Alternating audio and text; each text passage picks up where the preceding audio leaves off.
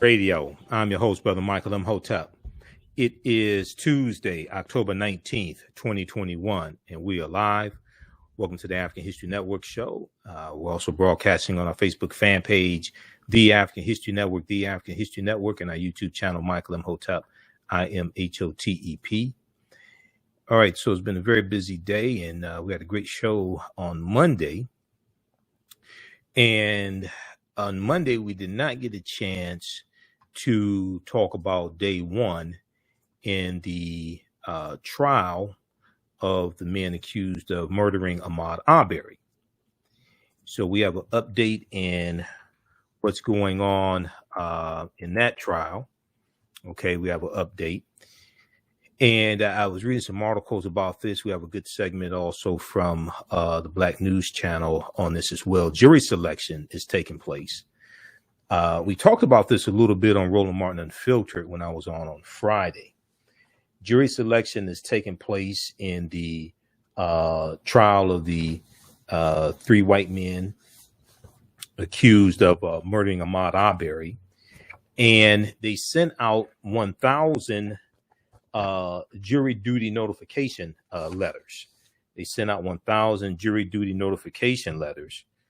We know that it's going to take them some time, a few weeks, to get through this this number of people for jury duty, and also so we'll talk about that, and we'll discuss some of the questions that the potential jurors are being asked as well. Okay, so we'll discuss that.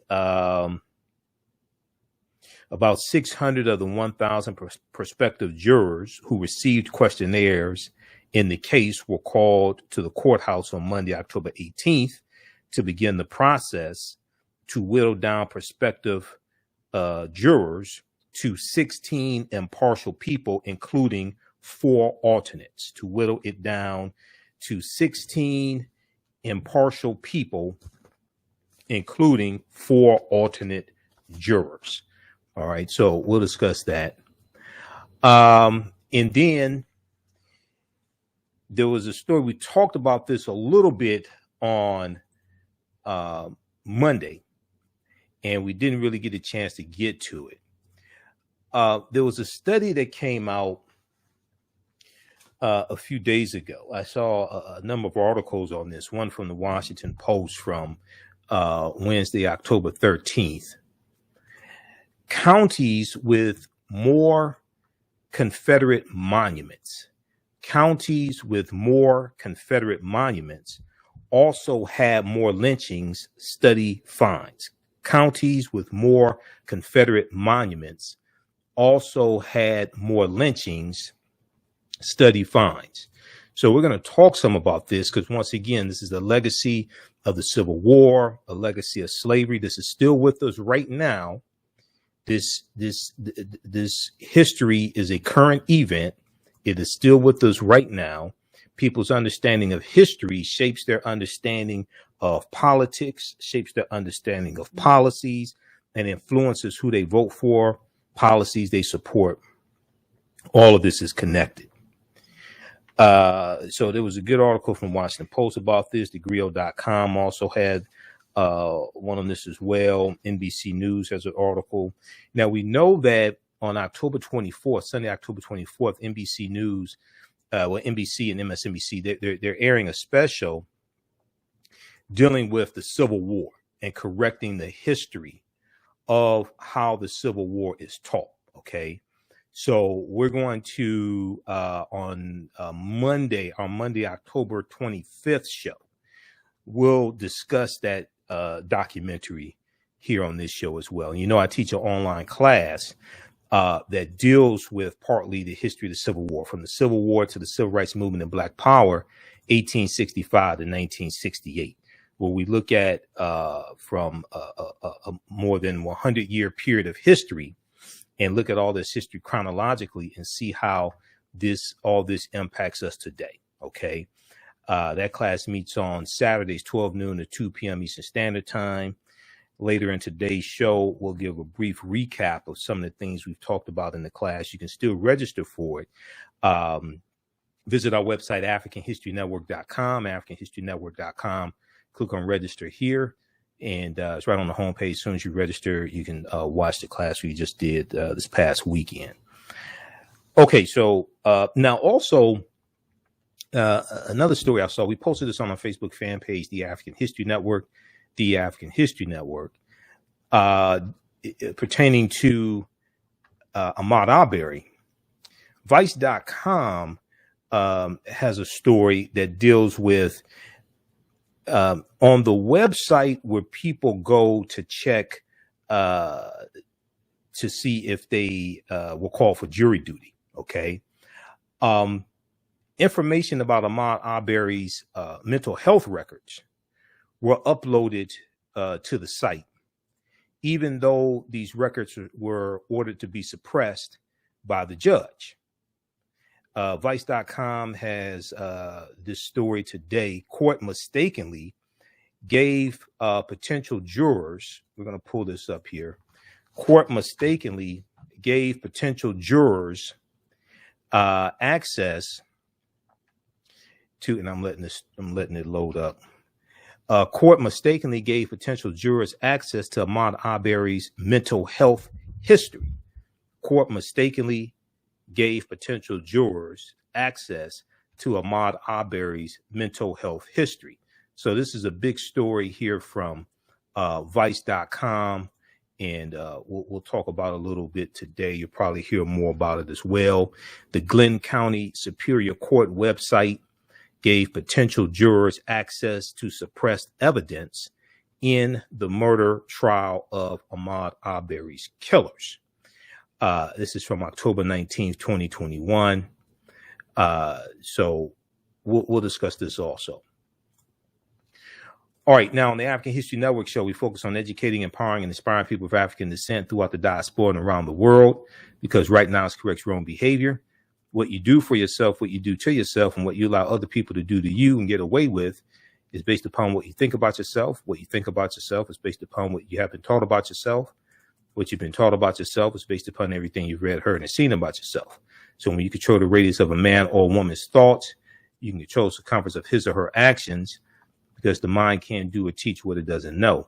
Now, we deal with a number of different topics here on the African History Network show. We deal with current events and history and politics, education, economic empowerment, entrepreneurship, relationships, love, sex, health issues, and much, much more.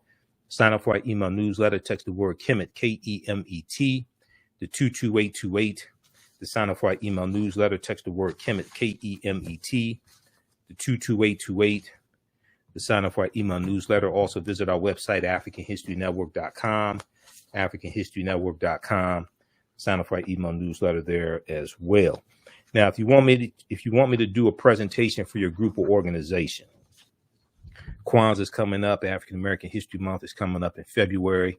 If you want me to do a presentation for your group or organization, or if you want me to teach any of the online classes that I do, if you want me to teach those in person or virtually for your group, organization, or church, email me at AHNshow@AfricanHistoryNetwork.com, AHNshow@AfricanHistoryNetwork.com, or visit our website, and you can email me through the website as well. You can also call me 313-462-0003, 313-462-0003. If you want me to do a presentation for your group, organization, church, etc. Okay, so we're going to jump into. I want to jump into this first topic here before we go to break. So ABC News.com. I've been reading a number of articles on this. Washington Post, New York Times, dealing with the trial.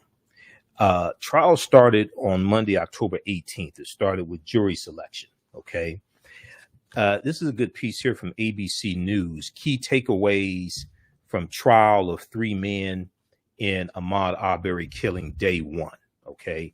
And Ahmaud's father, Marcus Arbery Sr., said that he is focused on justice. He's focused on justice. All right. Now, the first group of prospective jurors were called to the Glenn County Court. The first group of prospective jurors were called to the Glenn County, Georgia courthouse to begin the arduous task of selecting a panel to hear evidence in the case. Now, Ahmaud Arbery's family and their attorneys say they are not taking anything for granted. They are not taking anything for granted. And here you see a picture of Esley Merritt and Ahmaud Arbery's mother, Wanda Cooper Jones. Attorney Benjamin Crump, who's a attorney for the family, said it is a lived experience for Black people in America that we can never take for granted that a white person will be convicted for killing a Black person, no matter how much evidence we have. He said this during a news conference outside the courthouse in Brunswick, Georgia. Now, Arbery family attorney Esley Merritt spoke with Lindsay Davis Monday, October 18th, Monday evening on ABC News Live Primetime about jury selection and what justice looks like as the murder trial begins. We're also going to share an interview that Esley Merritt did with my girl Yodit Tawalde on the Black News Channel, Making the Case. Okay. And then also we have a clip from Candace Kelly doing legal analysis. Candace and I are sometimes panelists on Roland Martin Unfiltered, but she's a legal analyst for the Black News Channel. We have that coming up on the other side of the break. Now, Esley Merritt said, we certainly believe that there should be Black and brown voices as well as white voices on the jury. We certainly believe there should be Black and brown voices as well as white voices on the jury, and having that diversity that represents the population here probably will make all the difference. Okay. Now, Marcus Arbery Sr., Ahmaud's father, said, I know my son was lynched by a white mob. I know my son was lynched by a white mob. And when you go through now, the New York Times, if you go to NewYorkTimes.com, they took the footage that William Roddy Bryan recorded.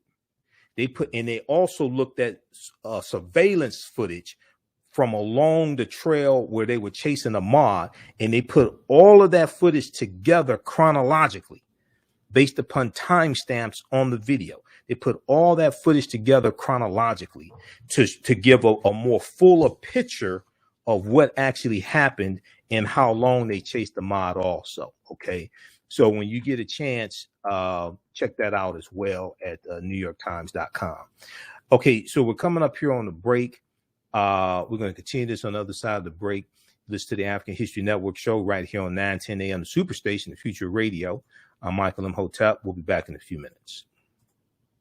Hi, I'm Joel Wilson, President and CEO of JCW Computer Consulting, LLC, a technology implementation firm with over 20 years of satisfying customers. We offer a full spectrum of industry top-tier branded services. We are an authorized partner or reseller for Lenovo, Zoom, T-Mobile, Microsoft 365 and Surface tablets, Google Workspace, Acer, Asus, Samsung, PCmatic security software, and many more. Our online store features laptops, Chromebooks, computers, printers, accessories, and software. Businesses, take advantage of our free 1-hour Zoom tech consultation and know we offer top nationwide high-speed internet service providers, voice over IP, and cellular phone services. Home users, don't miss our current in-stock Chromebook inventory. Please visit us at jcwcc.com or call 215-879-6701. Gain knowledge in minutes from insightful summaries of progressive and socially conscious books. Blacklisted gives you access to curated content that'll satisfy your curiosity to learn and understand different perspectives. Empower yourself through inspirational and actionable ideas. It's easy to read or listen to on the go. Blacklisted. Empower yourself. Start your free trial today. It's History Network show. We deal with current events in history and politics, education, economic empowerment, entrepreneurship, relationships, love, sex, health issues, and much, much more. Unfortunately, many people confuse what racism is. Racism is a power structure. It was laws and policies that put us in this predicament. It's going to be laws and policies that take it out. So when you control the radius of a man or woman's thoughts, you control the compass of his or her actions, because the mind can't do a piece what it doesn't know. We have it all on 910 AM Superstation. 910, the Superstation, Detroit's only African-American talk radio. Welcome back to the African History Network show right here on 910 AM, the Superstation, Future Radio. I'm your host, Brother Michael Imhotep. It is Tuesday, October 19th, 2021, and we are live. Today is also LaWanda Page's birthday. Veteran actress LaWanda Page. You may not know about her stage name, but you know about the character that she became famous for. LaWanda Page was Aunt Esther on Sanford and Son. Okay, so I posted that on a Facebook fan page, The African History Network, The African History Network. She was born October 19th, 2020. She was born Alberta Peel, P-E-A-L, Alberta Peel. She passed away on September 14th, 2002. Okay, so we want to wish a happy birthday to, can I say everybody's favorite aunt, right? We want to wish a happy birthday to, happy heavenly birthday to Aunt Esther. Everybody's one of everybody's favorite aunts. Okay, Aunt Esther. Let me pull this up here. Where is that? We have it here. I think it's right here. Here we go. So she was born October 19th, 2020. LaWanda Page. She's best known for her role as Aunt Esther on Sanford and Son. She later reprised the role in the television shows Sanford Arms and Sanford. Neither one of those shows lasted. I don't think either one lasted a full season. Sanford Arms or Sanford. Okay. I remember seeing both of those shows. They tried to revive Sanford and Son, in the magic from Sanford and Son. After paying dues, what the hell? Why is this up here? After paying dues on the club circuit, where she shared stages with noted comedians such as Red Fox and Richard Pryor, LaWanda Page moved to Los Angeles in the early 1960s, where she became a member of the comedy group Skillet, Leroy and Company. Skillet, Leroy and Company. Skillet was Ernest Skillet Mahan. And Leroy was Wilbert Leroy Daniel. We remember Skillet and Leroy from Sanford and Son also. Wham, bam, bebop, shabam. I can do it. Yes, I can. We remember all that, right? So in Los Angeles, LaWanda Page started honing the feisty approach to comedy that would make her famous. LaWanda Page and Red Fox, who portrayed Fred Sanford, Fred G. Sanford. Okay, you left out the G. Okay, Fred G. Sanford. His real name was John Elroy Sanford. That was Red Fox's real name, John Elroy Sanford, S-A-N-F-O-R-D, period. So LaWanda Page and Red Fox were very close friends from the time they were preteens, having attended school and growing up together in St. Louis. Eventually both entered the field of comedy separately and performed their own stage acts during her tenure as a stand-up comic. A career she continued into the 1990s. LaWanda Page often was billed as the Queen of Comedy or the Black Queen of Comedy. All right, so we want to wish a happy birthday to one Miss LaWanda Page, Alberta Peel, who will forever be known as Aunt Esther. Okay. All right. So welcome back to the African History Network show. Calling number is 313-778-7600. 313-778-7600 is the call-in number if you have a question or comment. So right before the break, we were giving an update on what's going on with Day in the trial of the three white men who allegedly murdered Ahmaud Arbery. We know jury selection began on Monday, October 18th. Okay, that was day one. Jury selection continues. 1,000 jury notification notices have been sent out. They're trying to get 16 jurors, which includes 4 alternate jurors out of this 1,000 who were sent jury notification notices, jury duty notification notices. They're trying to get 16 impartial jurors that includes 4 alternate jurors. There was a piece from ABC News also from I think this was from October 18th as well. 1,000 summoned as possible jurors in Arbery slaying. Okay, we talked about this briefly on Roland Martin Unfiltered. I haven't had a chance to find the clip when I was on Friday. Maybe on tomorrow's show we'll find it, because I have to go through and see where in the show that was and edit it some. So we may play that on tomorrow's show. But ABC News had this piece from October 12th. Yeah, October 12th, 2021. 1,000 summoned as possible jurors in Arbery slaying. 1,000 summoned in possible 1,000 summoned as possible jurors in Arbery slaying trial. Jury duty notices have been mailed to 1,000 people in Georgia for the approaching trial of 3 white men charged with killing Ahmaud Arbery. All right.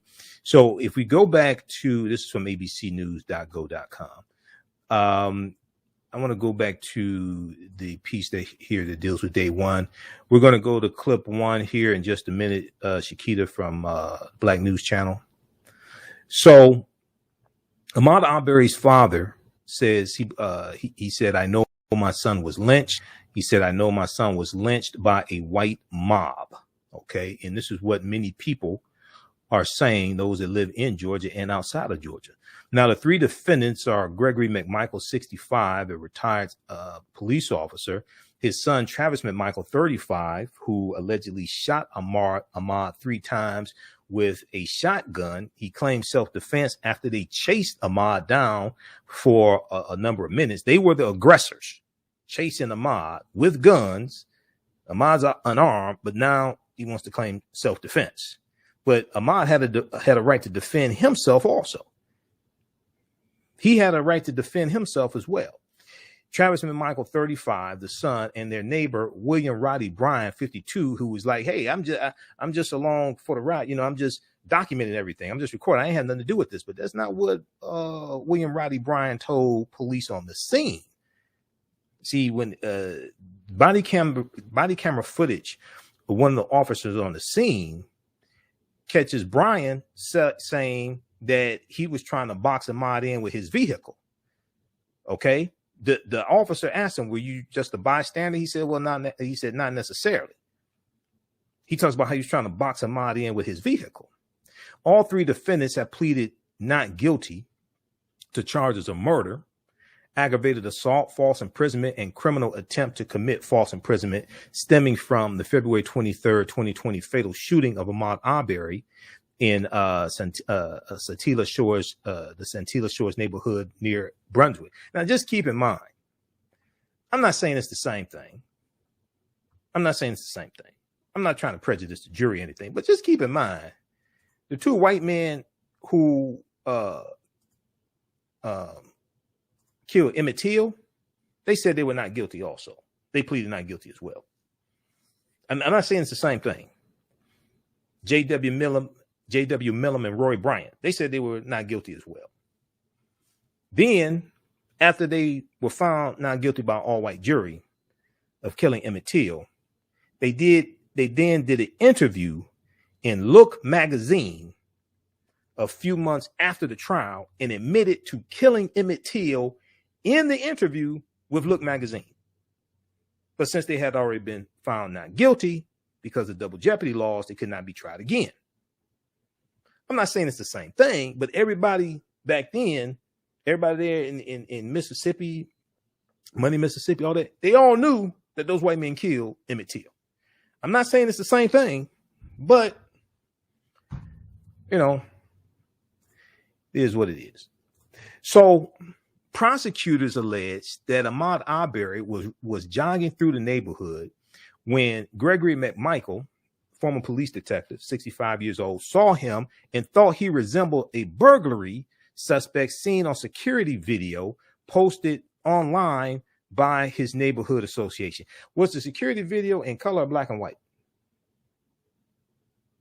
Now, there were other white people who went on this security video from a house that's under construction. There were other white people who wandered onto the site looking around, say, hey, what's going on?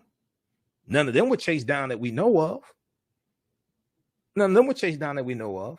And if the video, security video, was in black and white as the security video of the white people who we saw going, the other people who we saw going onto the property under construction, that video was in black and white. So if this video was in black and white and he's African American and dark skinned, how could you be so sure it's him? How could you be so sure it's the same guy in the black and white video if the video was black and white? Because the other video we've seen, the surveillance video of the house under construction, is black and white. So how could you be so sure is this guy?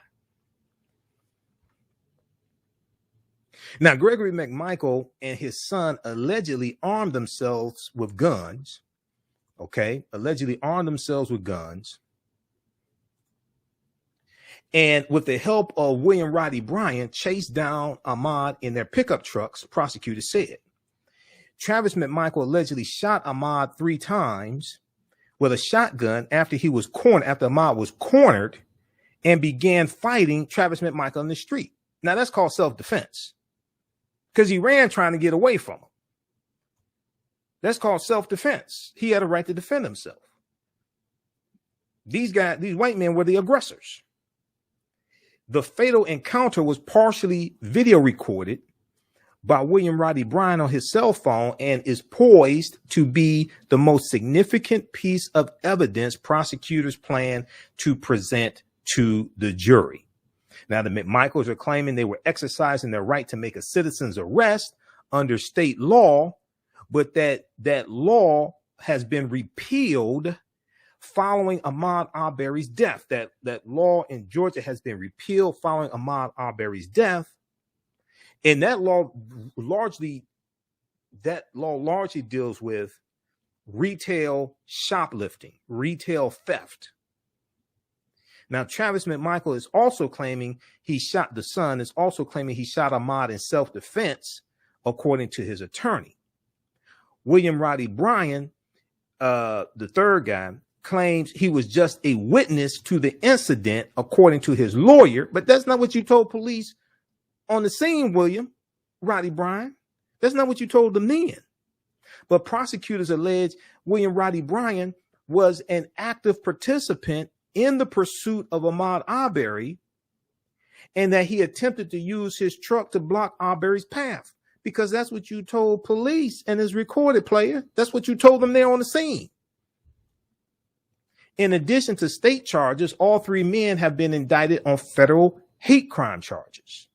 In addition to state charges, all 3 men have been indicted on federal hate crime charges. Now, about 600 of the 1,000 prospective jurors who received questionnaires in the case were called to the courthouse on Monday, October 18th, to begin the process to whittle down prospective jurors to get 16 impartial jurors, including 4 alternates. Okay. About 20 of the would-be jurors spent Monday afternoon answering general questions as a group before lawyers began questioning individual jurors. While Chatham County Superior Court Judge Timothy R. Walmsley, W-A-L-M-S-L-E-Y, Walmsley, who was appointed to preside over the Glenn County trial, allowed the media to observe and live stream the general questions of the group. He barred cameras from filming questioning of individual prospective jurors. I want to go to clip number 1 here.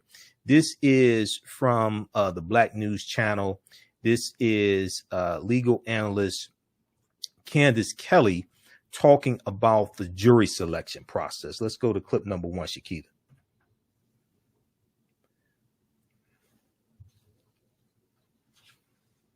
They are gearing up for jury selection now, and we want to know how the process will unfold because the jury pool here is, unusually large. It is very unusually large. This is a courthouse that, in a situation like this, they would normally have about 125 to 155 people to choose from.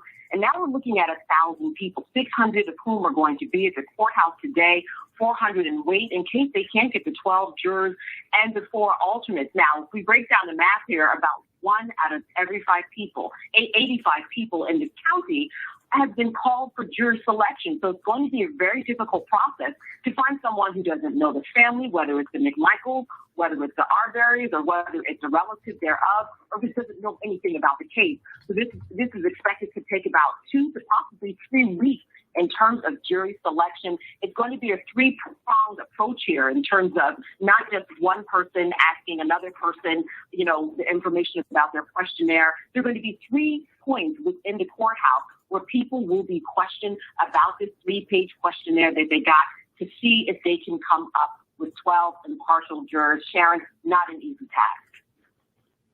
Yeah, it's not, Candace. Normally with so much media attention, defense attorneys, they ask to change the venue, right? Move the trial somewhere else. But they did not do that this time. What could that mean? What are they telegraphing, if anything? This is very important because, as you said, normally it is the case something with this type of international media attention, defense attorneys want to move to another venue. Here, I think this is really a sign that these defense attorneys think that they have allies within the community, that they might as well go ahead and stay here because they can find people who will support the McMichaels, people who will support William Bodie Bryan in this process. So it's a very interesting idea to think that they would not want to move because in speaking to many people in the media, they have said they are 100% sure that they can find those 12 people who will agree with them. So Sharon, this is one that I think that while a lot of people have a lot of faith and while we've seen changes over the years, it is very concerning to many that defense attorneys are very comfortable to stay right here and pick people that they think that they can befriend and become allies within this jury. So not a good sign for the prosecution, but we will see, Sharon, how this turns out. The question of race is sure to come up during jury selection to begin with. And doesn't it have to? We know from reports, police on the stand during the preliminary process here saying what Ahmaud Arbery's final words, the final words that he heard, the N-word, Candace. So will that come up as part of the trial? It will come up as part of the voir dire, right, the jury selection. In terms of the trial, we think back to the Chauvin trial. Race wasn't an issue when we thought that it might be somewhere in there planted because we did hear about it so much during jury selection. But when it comes to this particular trial, we're really not just sure. We're not sure because of the evidence that the judge has and has not decided on in terms of race. For example, some of the information that you mentioned in terms of maybe the text messages and the last information that was said by the father and son team, we don't know whether or not that's going to make it in. I would suspect that race definitely would play a part in this because this is something that is a little bit different than the Chauvin trial because there's so much digital information in terms of them, being on the phone in jail, talking to people that will probably come into play. And unlike the Chauvin trial, I think that we will hear about race. And as Lee Merritt has said, we'll learn about what this particular county thinks about race, what they thought about it a couple of years ago, and what they think about it now, just in terms of the culture, the people, and how they look at people who might cross the tracks and enter into another neighborhood who don't look like them. Let's talk about evidence then, if we can, for a moment, Candace. Will attorneys on both sides be presenting to make their case? What evidence will they have? Well, the evidence, I want to start with the defense because, again, they feel very strongly. And it's interesting to think about what they're going to say. The defense is going to say, listen, a reasonable person with all of the evidence and information that they got beforehand, meaning these three men, would have done the same thing, and that this ultimately was a case that ended up in self-defense. So they're going to use the reasonable person standard because they said that they had received several pieces of information that somebody like Ahmaud Arbery looked like somebody who had been there before on 4 occasions, so that they were just continuing to look for the guy that happened to be in the vicinity before, and they were carrying out what they could do by law. We know now that law doesn't exist anymore in terms of these types of citizens arrests. In terms of the prosecution, they're really going to be looking at a situation here as to, well, why was this man even a threat? And why did you even have to use that amount of force if you were stopping someone just because you thought he might have, stolen a couple of $1,000s of piping, which was obvious that he did not have on his person because he was running freely and without anything that you could see. You can't carry that on your person, and that was evident to them. So it's going to be, that juxtaposition that is really going to be some of the narrative that we hear about. And I think that, as you said, when we talk about race, that's going to be a big deal too. Why were they using the N-word? Why were so many people moved off the case because there was so much wrongdoing by the part of the police in this situation and the DA. Yeah, this is a throwback. Jimmy Crow, alive and well. We'll see what happens. A lot of people watching, a lot of people haunted by the case, by that footage that we can never unsee. Candace, thank you. We'll check back in with you next hour. Appreciate it. Stay with us here. Okay, pause right there. Okay, so that was from Monday, October 18th, Black News Channel. That was Candace Kelly with legal analyst Candace Kelly with Sharon Reed on Start Your Day, how jury selection works in Ahmaud Arbery trial. How jury selection works in Ahmaud Arbery trial. Now I want to go to this next clip here. Also on Monday, Esley Merritt, along with Ahmaud Arbery's mother, Wanda Cooper Jones, spoke with Yadita Walde on making the case on the Black News Channel.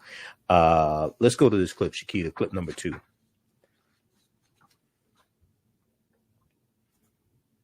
Began today in the trial of the 3 men accused of killing Ahmaud Arbery.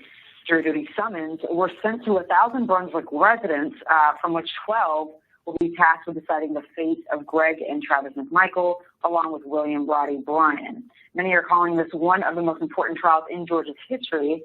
Earlier today, I had the chance to speak with Ahmaud's mother, Ms. Wanda Cooper Jones, and her attorney, Esley Merritt, about what this trial means, not just for her, but for our nation as a whole.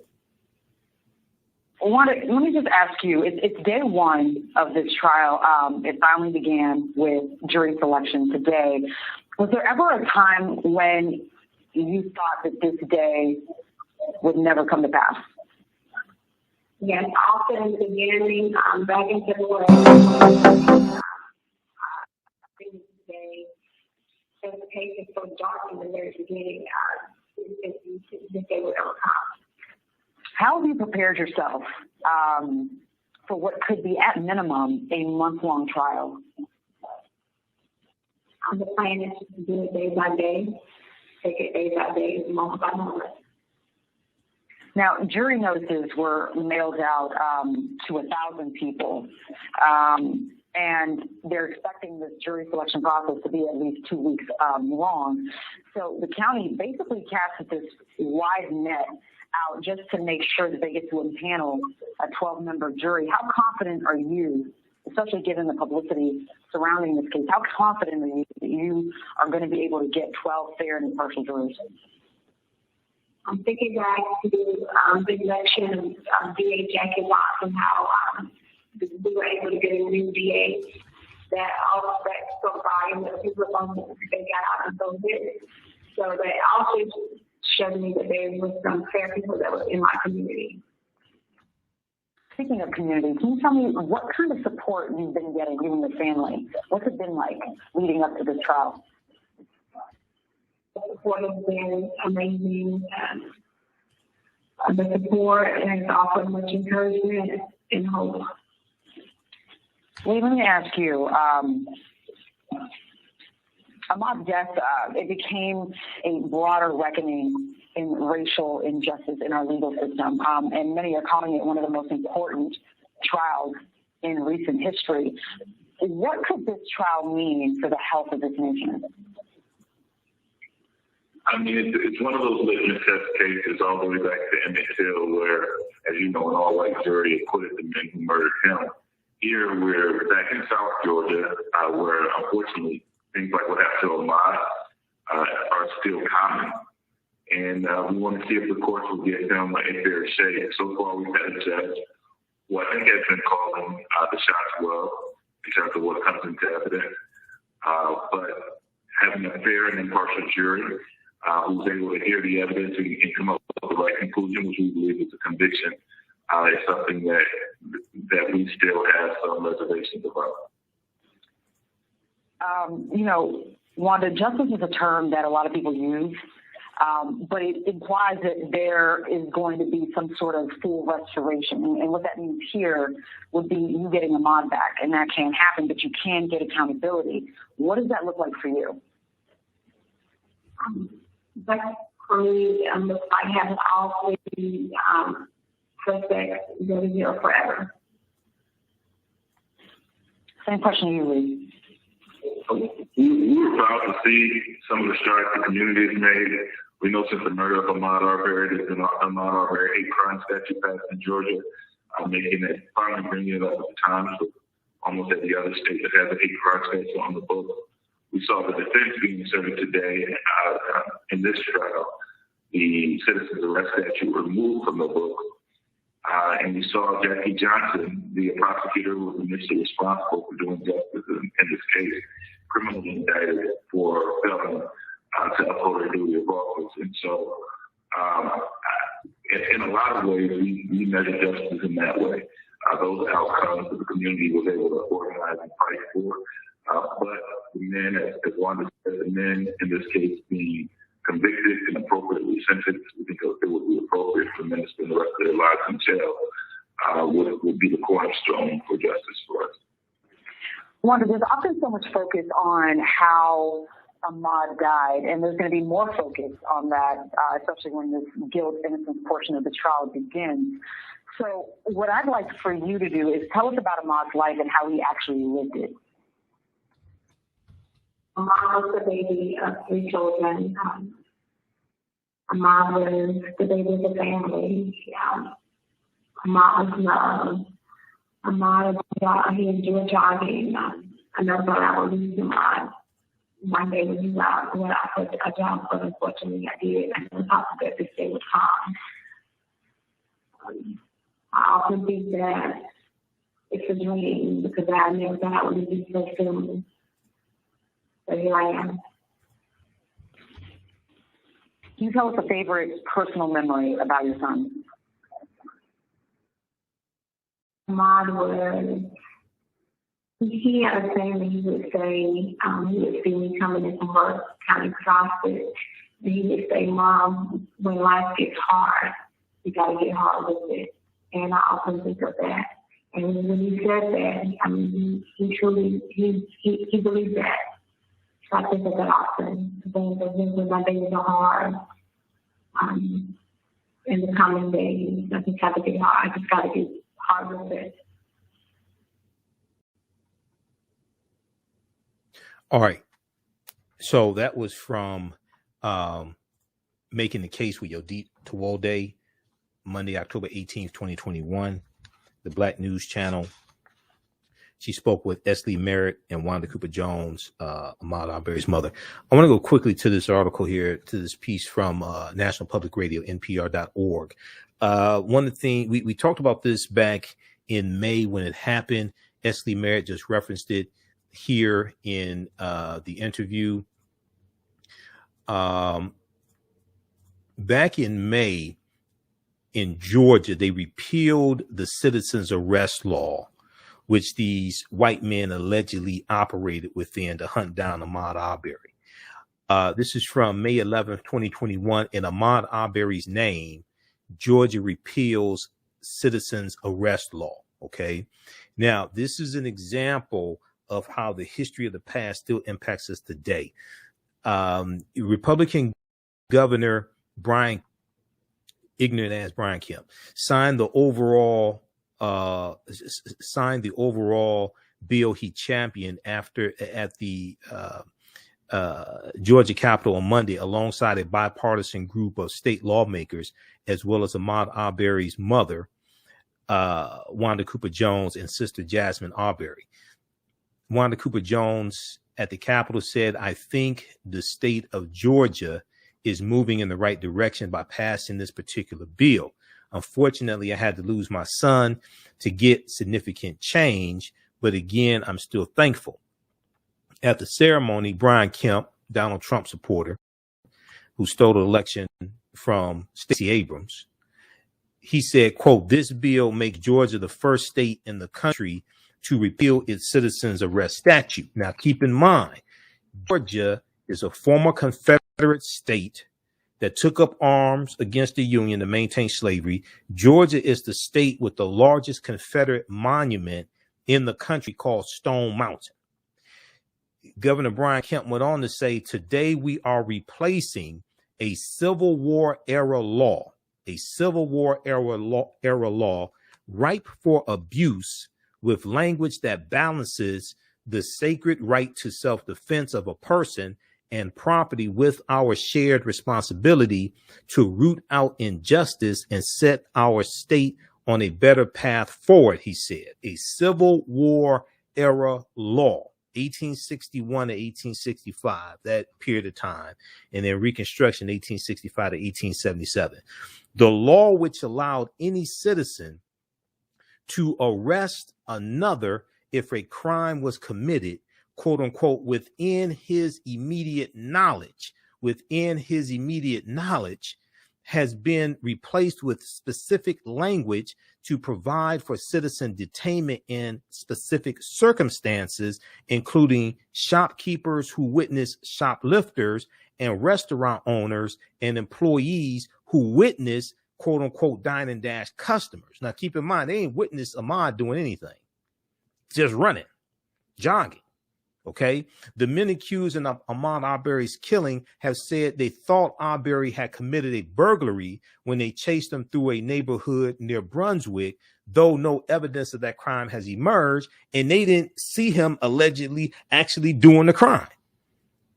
Okay. But they used this Civil War era statute of citizens arrest as a pretext to hunt him down. Okay, so read this article here from NPR National Public Radio. All right, now those watching on Facebook and YouTube, our Facebook fan page, The African History Network, and our YouTube channel, Michael Imhotep, keep watching for a few more minutes. We're going to keep going for a few more minutes here. If you like this type of information, you can support the African History Network, $ the AHN Show through Cash App, $ the AHN Show through Cash App, also through PayPal, paypal.me/the AHN Show. And we're going to talk about how the counties that have a large number of Confederate monuments also had a large number of lynchings also. We're going to talk about that in just a minute. Right now, it's correct your own behavior. It's not over till we win. Wakanda forever. And we'll talk to you tomorrow. Peace. All right, stand by. Stand by. Okay. All right, let's continue here. And this is our official Cash App account, $ the AHN Show, SHOW. And when you go to it, it shows my picture there, and it says Michael. These other ones are fake African History Network Cash App accounts. Okay, let's continue here. Now, I want to go to, also, this other story here. We posted this story. This came out today. Court mistakenly gave potential jurors access to Ahmaud Arbery's mental health history. Now, this is from Vice.com. And we posted this on our Facebook fan page, The African History Network. the African History Network. Okay. I also posted this on my personal page as well. So this information was supposed to be suppressed. The judge ordered that this information not be admitted into the trial. We're not exactly sure how this is going to play a role, how things are going to proceed. The Glenn County Superior Court website gave potential jurors access to suppressed evidence in the murder trial of Ahmaud Arbery's killers. So this information just came out today. The Georgia County Court trying the alleged murderers of Ahmaud Arbery has mistakenly exposed potential jurors to suppressed evidence, including his mental health history, which a judge banned from trial, including his mental health history, which a judge banned from trial. Now, jury candidates who visit the Glenn County Superior Court website,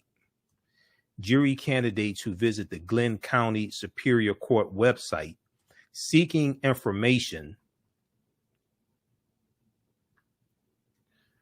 where are we here?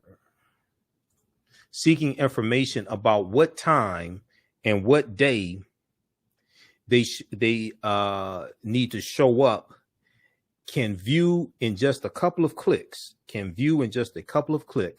all motions filed so far in the murder trial of Travis and Gregory McMichael and William Roddy Bryant. Now, those documents include specifics about Ahmaud Arbery's mental health and prior criminal history that a judge ordered suppressed and never brought up in court. Now, at this point, it's not clear how many people clicked on it, read it. Okay, it's not clear right now, but it was uploaded.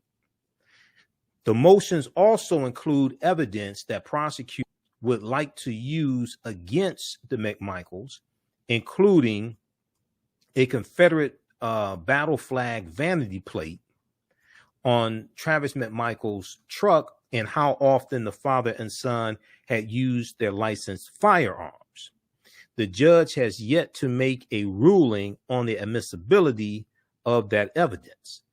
If a jury candidate were to read that information, it would make them ineligible to sit on the jury that would determine the Michaels and Bryant's fates. And if that person were to be chosen for the jury, it could be grounds for a mistrial, although that's unlikely, legal experts told Vice News.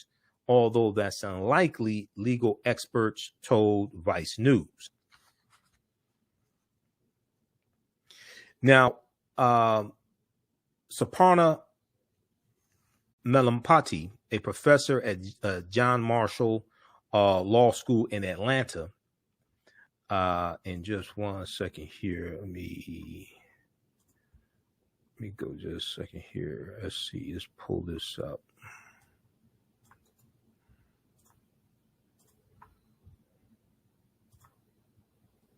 All right, let's see, let's do this.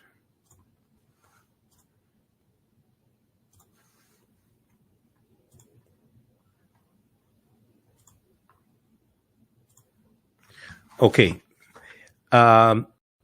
Professor at John Marshall Law School in Atlanta, he said, prominently displaying that information. Let me see if we can blow this up here. He said, prominently displaying that information and it being accessible to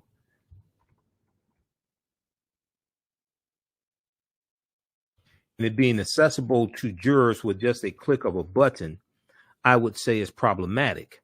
When potential jurors have information that may or may not be admitted in the courtroom, the jurors may be influenced, end quote. Now, this oversight further complicates an already challenging jury selection process with an unprecedented 1,000 candidates more than 10 times the number normally asked.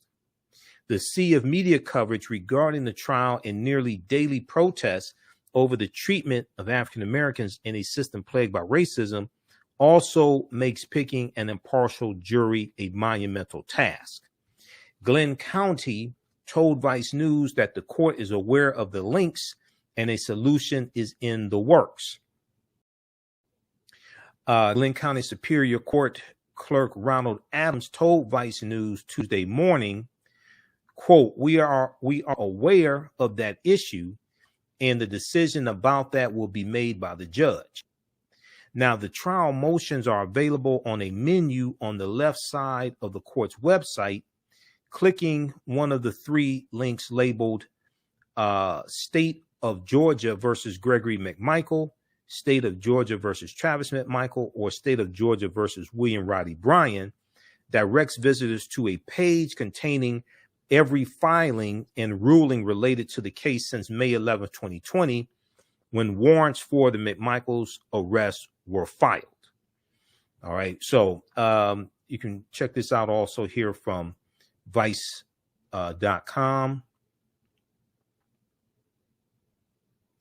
Court mistakenly gave potential jurors access to Ahmaud Arbery's mental health history. All right, and this is from October 19th, 2021.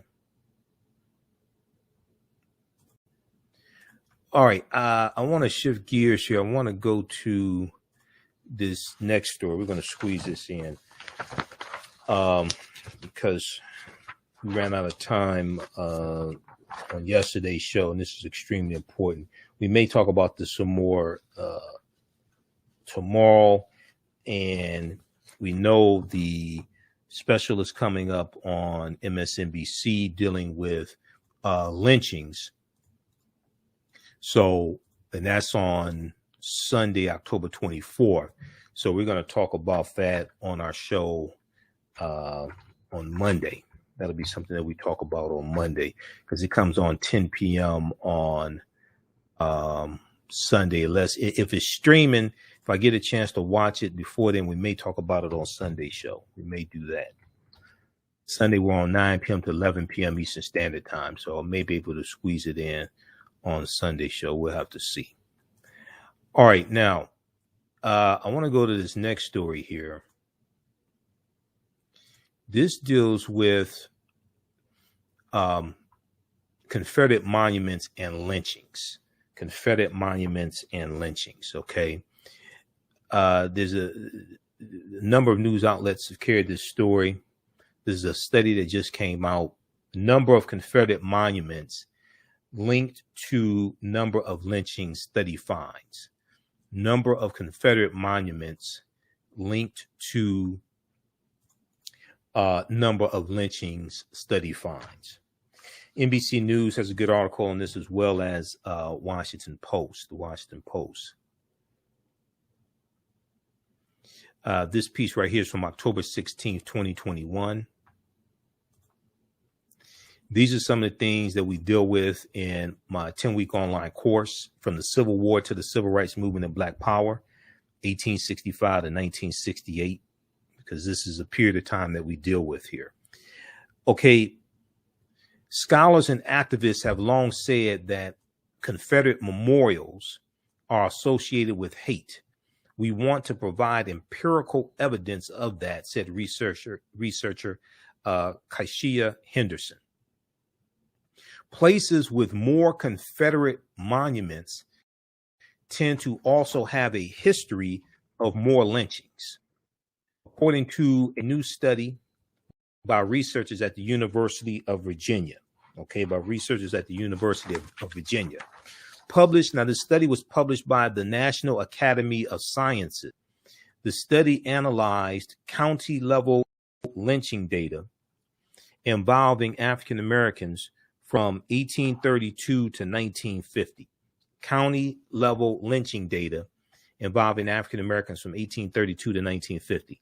The data showed that the number of lynchings in an area was associated with a higher likelihood that the same area would have Confederate monuments. Let me repeat that. The data showed that the number of lynchings in an area was associated with a higher likelihood that the same area would have Confederate monuments.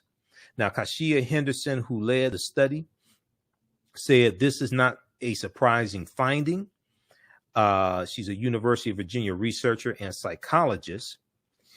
She said the prediction was always that lynching memorials would be connected. The prediction was always that lynching and memorials would be connected, So those who keep saying, oh, these are just harmless, this is the monuments, the statues, they're just about our history, things like this. No, these are symbols of hate and domestic terrorism. Okay? These are symbols of hate and domestic terrorism that were purposely erected to try to keep African Americans in a low subservient position in society. And I'm going to show you a chart here in just a minute that shows the period of times that you had the most number of Confederate monuments built. Okay. And these Confederate monuments largely were not built right after the Civil War ended. Okay, it's going to be years after that. And they were tied to suppressing African Americans.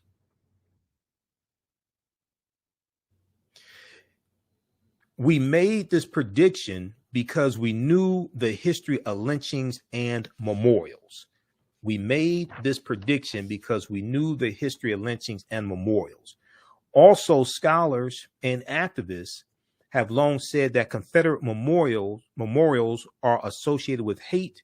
We want to provide empirical evidence of that. Now, this is related to the story we just finished dealing with Ahmaud Arbery, because that story took place in Georgia. Georgia is a former Confederate state.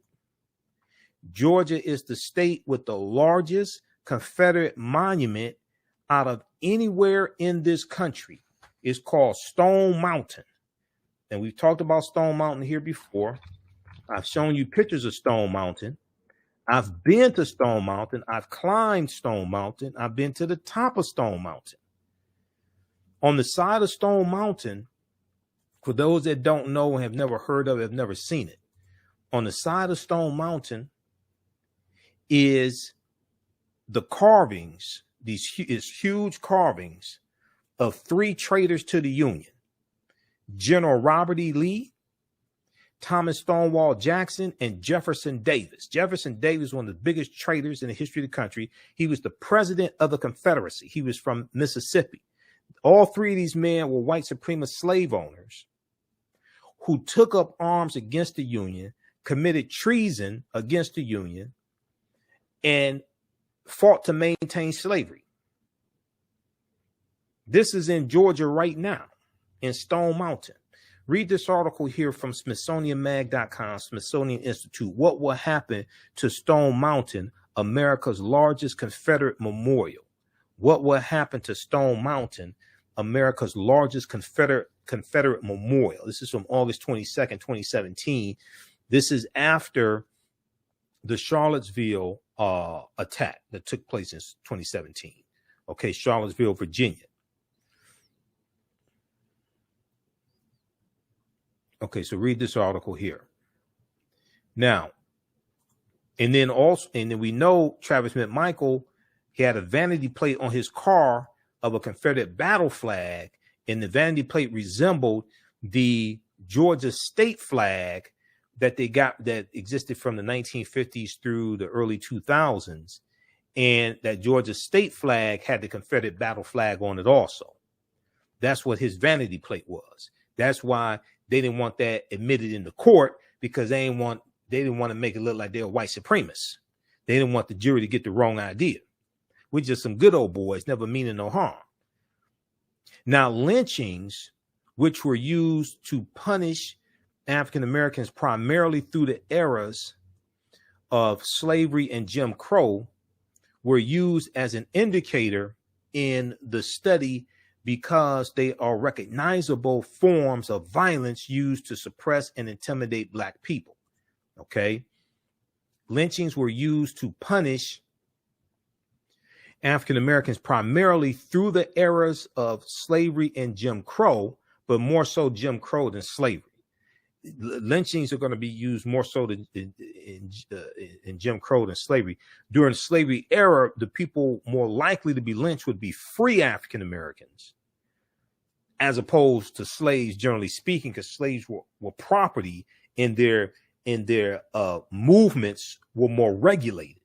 Okay, their movements were more controlled, unless they run away or something like that. Okay, but free African Americans, especially if they were free still in the South, because even though majority free African Americans run away to the North, you still have some free African Americans in the South. So they were more likely to be lynched. But the majority of the lynchings are going to take place after the Civil War ends, during the Jim Crow era and into the early 1900s as well. Lynchings were used to punish African Americans primarily through the eras of slavery and Jim Crow, were used as an indicator in the study because they are recognizable forms of violence used to suppress and intimidate Black people. They also cited a study that analyzed 30 dedication speeches for Confederate monuments and found that half of these speeches use explicitly racist language. Okay, the research also cited a study that analyzed 30 dedication speeches for Confederate monuments and found that half of them use explicitly racist phrases. Some even mention protecting the Anglo-Saxon race. Now, it's important to note that even though General Robert E. Lee was a white supremacist, and even though he was a brutal slave owner, things like this, after the Civil War ended, General Robert E. Lee was against Confederate monuments, and he was against using any of the Confederate flags after the Civil War ended. He was even against Confederate monuments that were dedicated to him. He was even against Confederate monuments that were dedicated to him. There were times where they were unveiling a monument, a statue in his honor, and he was asked to attend, and he declined. He said that he was against the Confederate monuments. He said that America needed a time of healing because the Union is bringing the South back into the Union. There's still tensions between the South and the North. And he said there need to be a time of healing. And if you have these Confederate monuments, you're using these Confederate flags, things like this. This keeps the womb open. Okay, this keeps the wound open. So he said that there had to be a time for healing. If you read this article here from theatlantic.com, the myth of the kindly General Lee, the myth of the kindly General Lee, the legend of the Confederate leader's heroism and decency is based in the fiction of a person who never existed. This is by Adam Sewer. This is from June 4th, 2017. The myth of the kindly General Lee. But one of the things it talks about in here is how he was against Confederate monuments and using the Confederate flags after the Civil War ended. They also talk about the lost cause. And this is something that they're going to talk about in the documentary from NBC, MSNBC, dealing with the Civil War on Sunday, October 24th.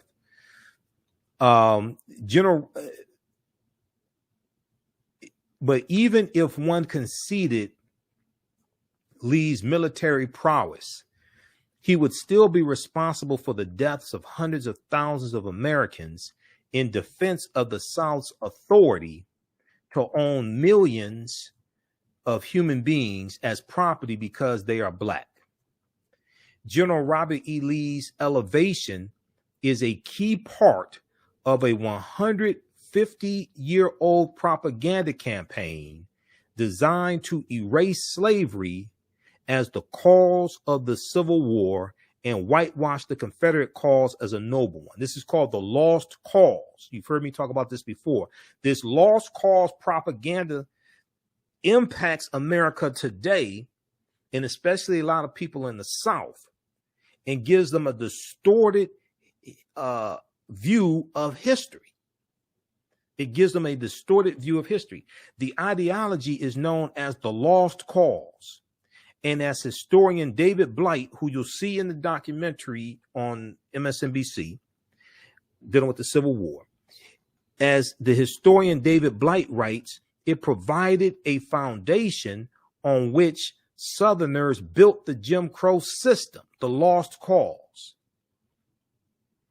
They are unwitting victims of this propaganda campaign, those who lack the knowledge to separate history from sentiment.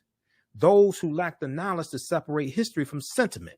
And many of these people who buy into this lost cause campaign were part of another insurrection, January 6, 2021 at the U.S. Capitol building, which is a continuation of the insurrection known as the U.S. Civil War. Those are directly connected. Those are directly connected. Then there are those whose reverence for General Robert E. Lee relies on replacing the actual Lee with a mythical figure who never truly existed. So read this piece here from TheAtlantic.com. The myth of the kindly General Lee, the legend of the Confederate leader's heroism and decency is based in the fiction of a person who never existed. All right, we're going to continue. Now, who still needs to register for the 10-week online course that I teach on Saturdays from the Civil War to the Civil Rights Movement and Black Power, 1865 to 1968? Because a lot of this we deal with in the class, and we take you through our history chronologically, year by year. It's at our website, AfricanHistoryNetwork.com. It's a 10-week online course. Each class we go through and analyze approximately a 10-year period of history. And we deal with some events leading up to the Civil War taking place, starting with the Louisiana Purchase of 1803. We talk about the Dred Scott case as well, 1857, March 6, 1857, U.S. Supreme Court case, Dred Scott, which is a really, really deep case, which also it also involves the Missouri Compromise of 1820, because the U.S. Supreme Court ruled that the Missouri Compromise was unconstitutional, and it also deals with the Kansas-Nebraska Act of 1854 as well. All that's tied together in the Dred Scott case, and is before the 14th Amendment of 1868, before the Civil Rights Act of 1866. This is 1857. Okay, so we just posted a link here. We do the sessions live. All the sessions are recorded. You can go back and watch them anytime. You can ask questions during class. You can see me. I can't see you during class. We have a live text chat. And even after the 10-week online course is over with, you still have access to the full course. You can still go watch the full course. It's on sale now, $70, regularly $130. You can even use it with your children. The content is PG-13. From the Civil War to the Civil Rights Movement and Black Power, 1865 to 1968.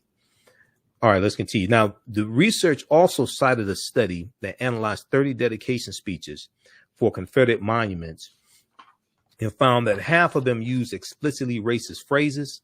Some even mentioned protecting the Anglo-Saxon race.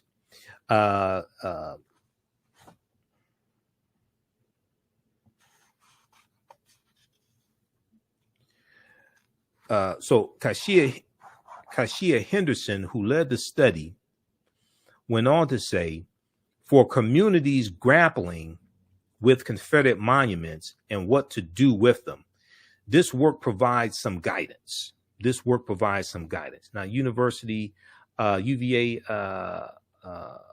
professor, University of Virginia professor, and researcher Sophie Trewalter said in a statement that it is important to note that the data presented in the study is correlational. The data presented in the study is correlational. She said, we can't pinpoint exactly the cause and effect, but the association is clearly there. We can't pinpoint exactly the cause and effect, but the association is clearly there. At a minimum, the data suggests that localities with attitudes and intentions that led to lynchings also had attitudes and intentions associated with the construction of Confederate memorials. Okay, now, see, this type of information here needs to be, yes, there's some stories written about this. There needs to be a ton of stories because people trying to preserve Confederate monuments say these are not symbols of hate. This is just dealing with our history, and you're trying to take away our history, etc. They have a distorted view of history. This is why America must have a massive history lesson. Because if it doesn't, another insurrection will happen, which is a continuation of the Civil War. At a minimum, the data suggests that localities with attitudes and intentions that led to lynchings also had attitudes and intentions associated with the construction of Confederate memorials. In 2020, the year 2020, 169 Confederate symbols were removed in the aftermath of the racial reckoning prompted by the killings of George Floyd, Breonna Taylor, and other African Americans by police. Okay, I would add in Ahmaud Arbery then also, because it was a former police officer, and these three white men were acting like they were police. Today, more than 2,000 known Confederate monuments still stand throughout the nation, according to the Southern Poverty Law Center. Now, these are statues honoring the traitors to the Union, the losers of the Civil War and the traitors to the Union. Nations don't have monuments honoring traitors to the nation. They don't name buildings and schools and military bases and things like this after traitors who led an insurrection against the government. This is why all the military bases need to be renamed, that are named after the ones that are named after Confederate soldiers and generals, things like this. All the Confederate statues have to be taken down. In their place should be historical markers that talk about what was there and why it was taken down, to teach that, to still teach that history. And all those Confederate statues and monuments need to be put into museums, because that history, the correct history, has to be taught.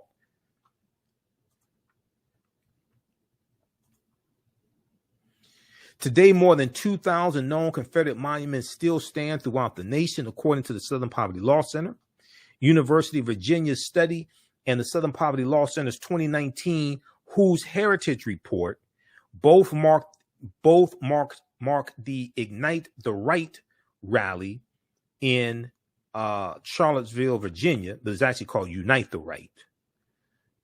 I'm not sure if this is a typo or they're calling it Ignite the Right rally, but the name of the rally is called Unite the Right, not Ignite the Right. Held to protest the removal of a Confederate statue as a symbol, as a significant moment in the battle over Confederate monuments. Now, after that event, a lot of people that weren't already engaged in activism surrounding these Confederate memorials began to take notice of these things. Kashia Henderson said, "It is important to recognize these memorials live in our public spaces, and this matters. Memorials in our public spaces say something about who is rightful, who is welcomed, and who is entitled in these spaces. So we choose to memorialize in these spaces. So what we choose to memorialize in these spaces should matter." I would also say who we choose to memorialize in these spaces should matter as well. Okay, read this article here from NBC News. Number of Confederate monuments linked to number of lynchings, study finds. This is from October 16th, 2021, NBC News. Now, there's also one from the Washington Post.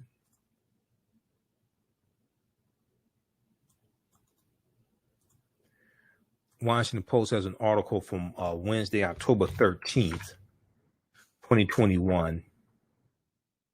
Counties with Confederate monuments also had more lynchings, study finds.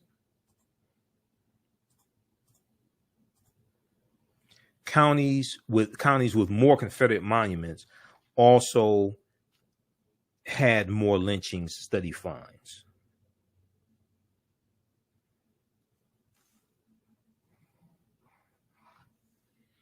Just one section here of this piece here from the Washington Post. Says as recently as 2015, 57% of Americans saw the Confederate flag as representing quote unquote Southern pride. As recently as 2015, so that's 6 years ago, 57% of Americans saw the Confederate flag as representing Southern pride. Now, this was before Charlottesville in August 2017.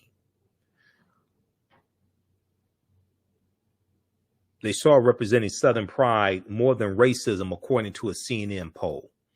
75% of white Southerners felt it represented pride versus only 11% of African-American Southerners. This is in 2015.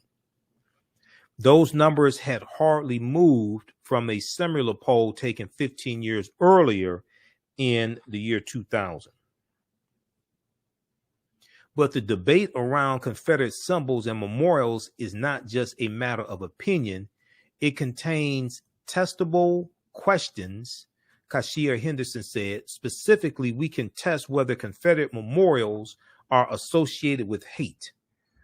We can test whether Confederate memorials are associated with hate. The team compared county level data of lynchings between 1832 and 1950 with data on Confederate memorials.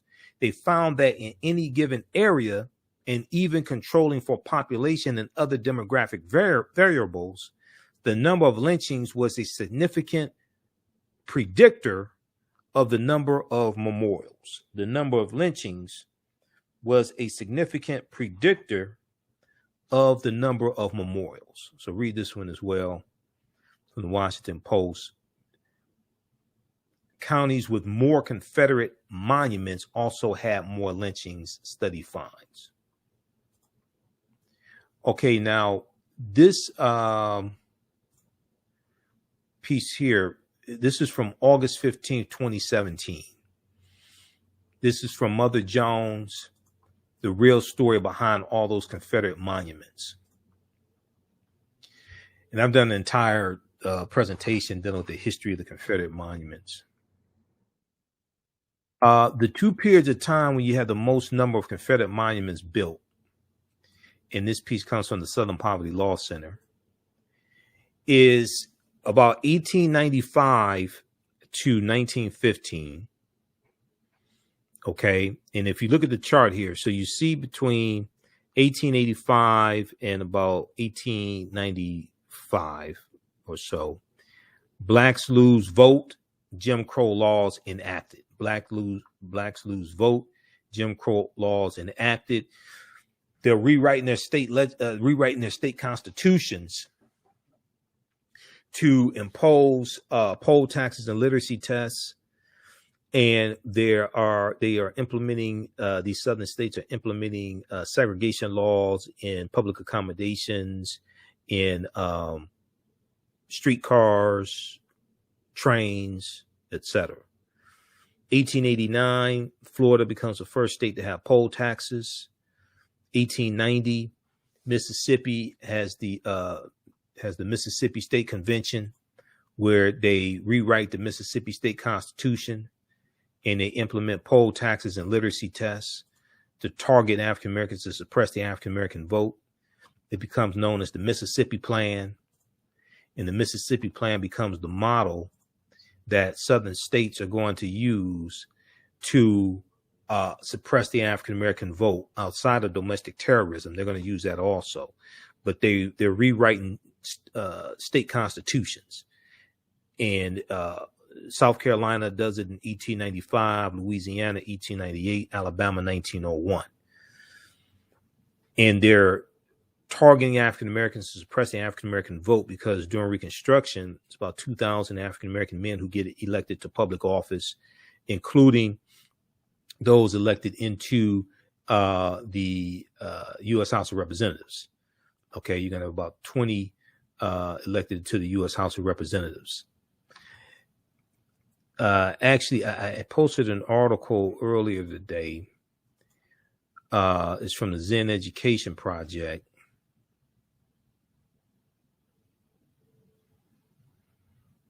And let's see here. We can probably pull this up here. It's from the Zen Education Project, and it deals with African-American men in Congress. October 19th, 1870, first African-Americans elected to the House of Representatives. First African-Americans elected to the House of Representatives, Zen Education Project. So when they're changing these state constitutions, they're trying to attack this. They're trying to attack African Americans who are in Congress, but also keeping more from being elected into Congress, and keep them from being elected to the state legislatures. October 19th, 1870, first African Americans elected to the House of Representatives. So these southern states now, in these states that have Republicans dominating the state legislatures, they're passing these voter restriction laws to suppress the African American vote, Latino vote, etc., and restrict our ability to vote. One, two, restrict our ability to vote African Americans, Latinos, etc., into elected office, especially in the House of Representatives and U.S. Senate and the state legislatures. Black Republicans won 3 of the 4 congressional seats in South Carolina. Joseph H. Rainey, Robert C. DeLarge, and Robert E. Elliott.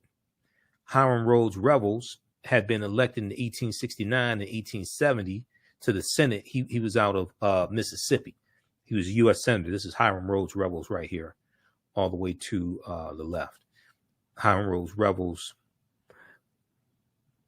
Senator Hiram Rhodes Revels and Representatives Benjamin S. Turner, Josiah T. Walls, Joseph H. Rainey, Robert Brown Elliott, Robert D. DeLarge, and Jefferson H. Long.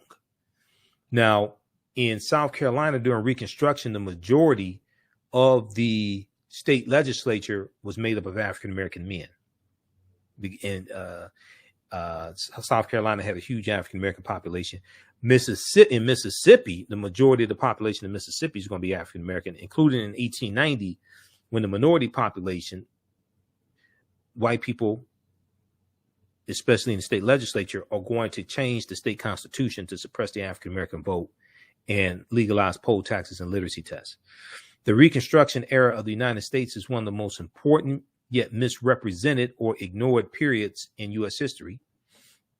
Though often overlooked in classrooms across the country, Reconstruction was a period where the impossible suddenly became possible, And you had a lot of white people who resented, because you're going to have former slaves who are going to be elected to the U.S. House of Representatives, as well as the state legislature. And you're going to have a lot of white people, especially white men, who resent. Now you have former slaves voting on laws that impact everybody.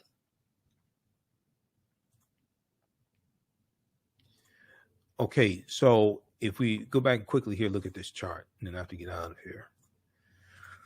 1895 to 1915, that period of time, and you have rewriting of the state constitutions. You have an increase in lynchings also during this period of time. 1896, Plessy versus Ferguson, U.S. Supreme Court case.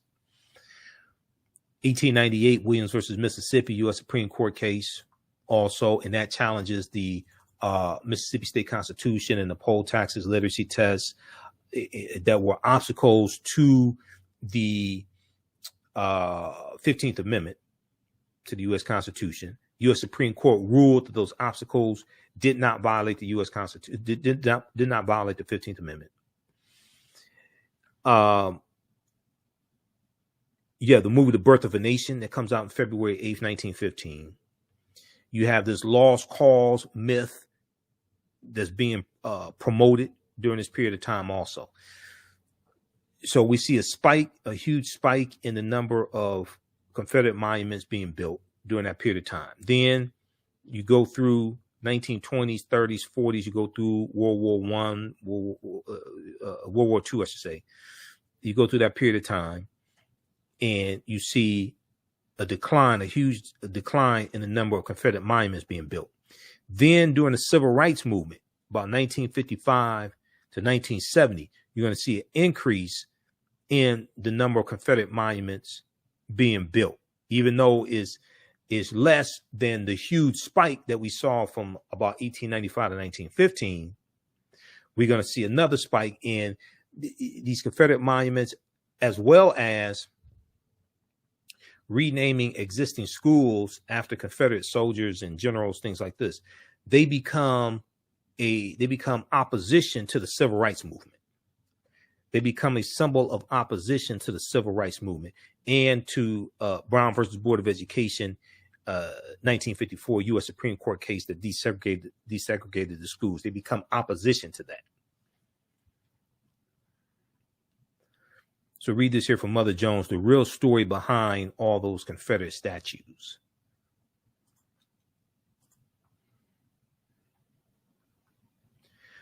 All right. Now, so these are just some of the things that we deal with in the online course. Also, I do a PowerPoint presentation. We have book references, articles, video clips, all of that. And we go through our history chronologically, and we look at some of the things that led up to the Civil War taking place, starting with the Louisiana Purchase of 1803. Then we go through and look at the Civil War, Reconstruction era, Juneteenth, what happens after the Civil War ends. We look at the Reconstruction era, advances African Americans were making, but also opposition to us making advances as well. Okay. We look at the Freedmen's Bureau, the Freedmen's Bank. Freedmen's Bureau is underfunded. Okay. The Freedmen's Bureau is underfunded. And mismanaged. The Freedmen's Bank is mismanaged also. We lose $2.9 million worth of deposits in the Freedmen's Bank. We still haven't recovered from the Freedmen's Bank collapsing and the Freedmen's Bureau also closing, because the Freedmen's Bureau only existed for a few years, but you're coming out of 246 years of slavery. You know, the Freedmen's Bureau, the U.S. Bureau of Freedmen, Refugees, and Abandoned Lands, that should have existed for decades at least, because it was helping former slaves. It was helping them find lost loved ones, helping them get married. It was providing them with food, providing them with education, helping them negotiate labor contracts, all different types of things like this. The Freedmen's Bureau was doing. It's also helping poor, destitute white people, because there are a lot of destitute white people as well. The Freedmen's Bureau, formerly known as the Bureau of Refugees, Freedmen, and Abandoned Lands, it also helped redistribute confiscated land, also redistributed to former slaves. Was established in 1865 by Congress to help millions of former black slaves and poor whites in the South in the aftermath of the Civil War. The Freedmen's Bureau provided food, housing, and medical aid, established schools, and offered legal assistance. It also attempted to settle former slaves on land confiscated or abandoned during the war. However, the Bureau was prevented from fully carrying out its programs due to a shortage of funds and personnel, along with the politics of race and Reconstruction. The full commitment from even Republicans, the full commitment wasn't there.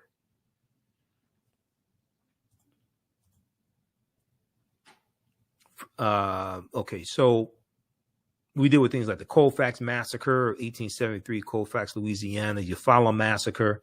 We're going to look at massacres around that dealt with political violence, to target African Americans to keep us from voting, to punish us for voting, intimidate us, etc. On November 3rd, 1874, deadly election riots took place in Barber County, Alabama. The White League, which is a paramilitary group affiliated with the Democratic Party at the time. This is before the party realignment. This is even before the Compromise of 1877, when the Republicans conspired with the Democrats for Rutherford B. Hayes to become president, and he would agree to remove the remaining Union troops out of the South that were protecting the rights of African Americans to a certain extent, because the Democrats wanted, largely the Southerners wanted, those Union troops removed from the South so they can take back control of all aspects of society and fully impose white supremacy. The White League attacked African American voters at the polls in Eufaula and Spring Hill, Alabama. 7 African Americans were killed and 70 others wounded. More than 1,000 African Americans were driven away from the voter polls due to the violence of this white supremacist group. Okay, this is the Eufaula Massacre of 1874. This was the Election Day Massacre. We have Vicksburg Massacre, 1875, Vicksburg, Mississippi. We deal with, of course, the Mississippi State Convention, 1890. We talk about the all-white primaries. We talked about this Sunday night when I shared the segment where we spoke with Representative Al Green out of Texas, dealing with the gerrymandering that's taking place right now in Texas, targeting the district in Houston, Texas, the 2 districts in Houston, Texas, that Representative Al Green and Representative Sheila Jackson Lee represent. And Republicans have redrawn the district lines to collapse that district into one district and force them to run against each other. They're trying to take out one of them. Well, all white primaries was something that they had in Texas, and they were ruled unconstitutional in 1944. When literacy tests, poll taxes, and grandfather clauses, and we see grandfather clauses in 1898 in Louisiana, and they're written into the Louisiana, we see that law passes in Louisiana, 1898. When literacy tests, poll taxes, and grandfather clauses, and the many other ways to circumvent the 15th Amendment did not work to suppress black voter turnout, white legislators in several southern states used all white primaries to all but eliminate black voters' presence in the electoral process. After a white election official blocked an African-American man named Lonnie E. Smith the right to vote in the 1940 Texas Democratic primary, the NAACP's Thurgood Marshall and William H. Hastie challenged the case all the way to the U.S. Supreme Court. In 1944, the U.S. Supreme Court ruled in Smith versus Allwright that the Texas white primary system was unconstitutional. You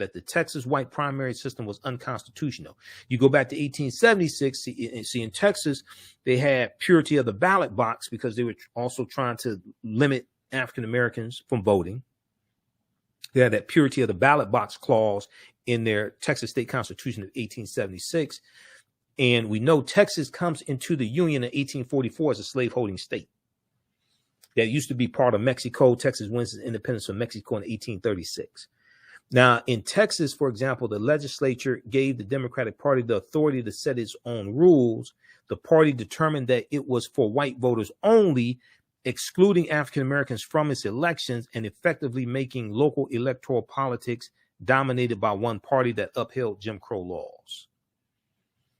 Okay, so we deal with all this history. In World War I, World War II, U.S. involvement in World War I, how the U.S. gets involved in 1917.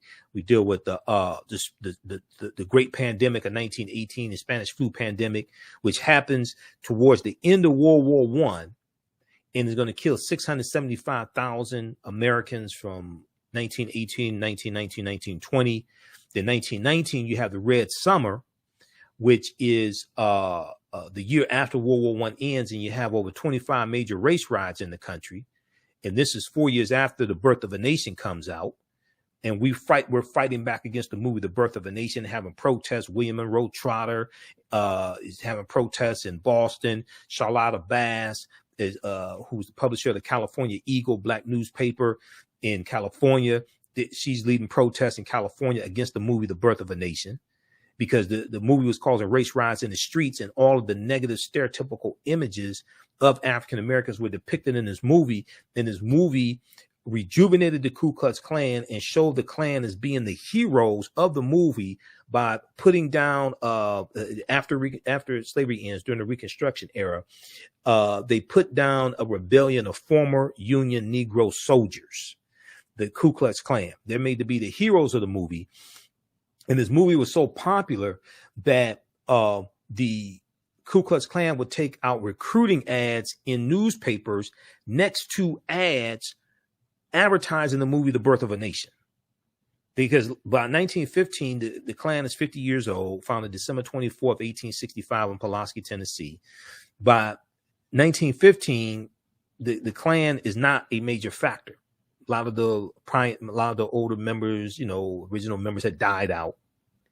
And there's going to be a second incarnation of the Ku Klux Klan, which comes about in October of 1915, and is founded by the Reverend William Joseph Simmons. And he's going to create this second incarnation of the Ku Klux Klan after seeing the movie The Birth of a Nation. Okay, Washington Post has a good article. The preacher who used Christianity to revive the Ku Klux Klan. The preacher who used Christianity to revive the Ku Klux Klan. This is a piece here from the Washington Post about the Reverend William Joseph Simmons. It was approaching midnight on October 16, 1915, when Methodist preacher William Joseph Simmons and at least 15 other men climbed Stone Mountain. Where? In Georgia. Stone Mountain in Georgia that I just showed you the picture of. And on the side of Stone Mountain, which is the largest Confederate monument in this country, are the carvings of General Robert E. Lee, Thomas Stonewall Jackson, and Jefferson Davis. October 16, 1915, the Reverend William Joseph Simmons and 15 other white men climbed Stone Mountain in Georgia. They built an altar and set fire to a cross. They took an oath of allegiance to the invisible empire and announced the revival of the Ku Klux Klan. They announced the revival of the Ku Klux Klan on top of Stone Mountain. Beneath a makeshift altar, glowing in the flickering flames of the burning cross, they laid a U.S. flag, a sword, and a holy Bible. Quote, the angels that have anxiously watched the Reformation from its beginnings, said the Reverend William Joseph Simmons, who declared himself imperial wizard, quote, must have hovered above Stone Mountain and shouted hosannas to the highest heavens, end quote. Last Wednesday, on the 50th anniversary of the assassination of Reverend Dr. Martin Luther King Jr., progressive faith groups held a march in Washington to combat racism and atone for the history of that prejudice.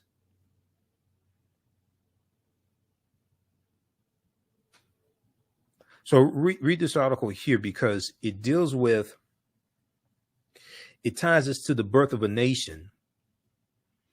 And Reverend William Joseph Simmons saw the movie The Birth of a Nation and was inspired by the movie to rejuvenate the Ku Klux Klan.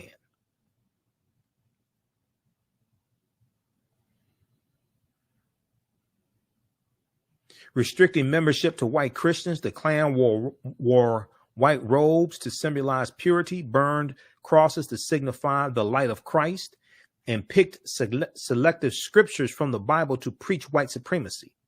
The invisible empire's comeback was aided by Hollywood's first blockbuster, D.W. Griffith's The Birth of a Nation, which glamorized the Ku Klux Klan.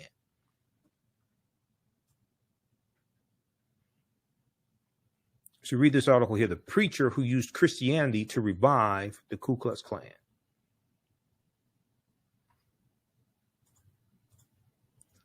This is from, what's the date on this? Yeah, April 10th, 2018. April 20th, 2018 by Deneen L. Brown. She writes some good articles for the Washington Post. All right, so be sure to register for the 2 online courses that I teach on Saturday and Sunday. From the Civil War to the Civil Rights Movement and Black Power, 1865 to 1968.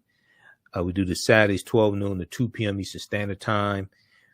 We do the sessions live. All the sessions are recorded and archived. You can go back and watch them anytime. This one's on sale, $70, regularly $130. As soon as you register, you can watch the class we did last week. And then also the other course that I teach is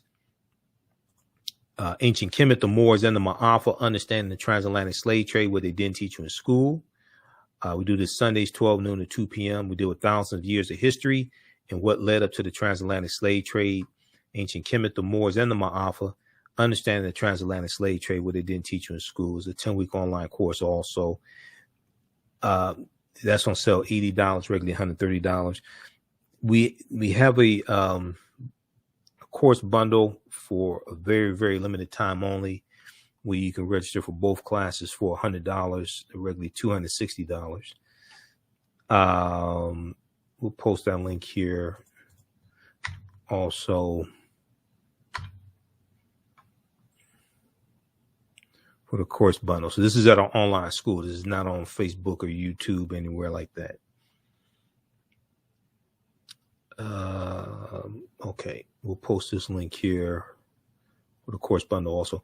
If you want me to do a presentation for a group or organization, email me at AHNShow@AfricanHistoryNetwork.com, AHNShow@AfricanHistoryNetwork.com, or at TheAHNShow@gmail.com, TheAHNShow@gmail.com. If you want me to do a presentation for your group or organization, or teach a class either virtually or in person. We know that African American History Month is coming up in February. You know, Kwanzaa is coming up in December, in January. Dr. King Day is coming up as well. So contact me. All right, look, we have to get out of here. Remember, at the African History Network, we focus on educating, empowering, and inspiring people of African descent throughout the diaspora and around the world, because right now it's correct wrong behavior. It's not over till we win. Wakanda forever. We'll talk to you tomorrow. Peace. Black on Purpose Television Network. Yes, Black on Purpose Television Network. All black, all positive, all the time. The largest black-owned streaming television network in the world, bringing our people together worldwide, controlling our messages, our story, our way. Black TV the way it should be. Black music, Black history, and more. 30+ channels, thousands of shows. Black on Purpose Television Network. Subscribe now. Gain knowledge in minutes from insightful summaries of progressive and socially conscious books. Blacklisted gives you access to curated content that'll satisfy your curiosity to learn and understand different perspectives. Empower yourself through inspirational and actionable ideas. It's easy to read or listen to on the go. Blacklisted. Empower yourself. Start your free trial today. Hi, I'm Joel Wilson, President and CEO of JCW Computer Consulting LLC, a technology implementation firm with over 20 years of satisfying customers. We offer a full spectrum of industry top-tier branded services. We are an authorized partner or reseller for Lenovo, Zoom, T-Mobile, Microsoft 365 and Surface tablets, Google Workspace, Acer, Asus, Samsung, PCmatic security software, and many more. Our online store features laptops, Chromebooks, computers, printers, accessories, and software. Businesses, take advantage of our free 1-hour Zoom tech consultation and know We offer top nationwide high-speed internet service providers, voice over IP, and cellular phone services. Home users, don't miss our current in-stock Chromebook inventory. Please visit us at jcwcc.com or call 215-879-6701. We all know the cannabis industry is headed toward an uprise in the past decade. What happens when there is a brand that brings this uprise in a blow? The cannabis industry welcomes her uprise. Hustle her hemp. Delivering excellence with pride is her watchword, and how you choose to embrace it makes it a priority. From cultivating rich cannabis into exquisite and tastefully finished CBD products to delivery, Hustle Her Hemp leaves no stone unturned. Hustle Her Hemp's mission is to empower women of color by building business and creating legacies, uniting beauty, health, and business. We are a pure definition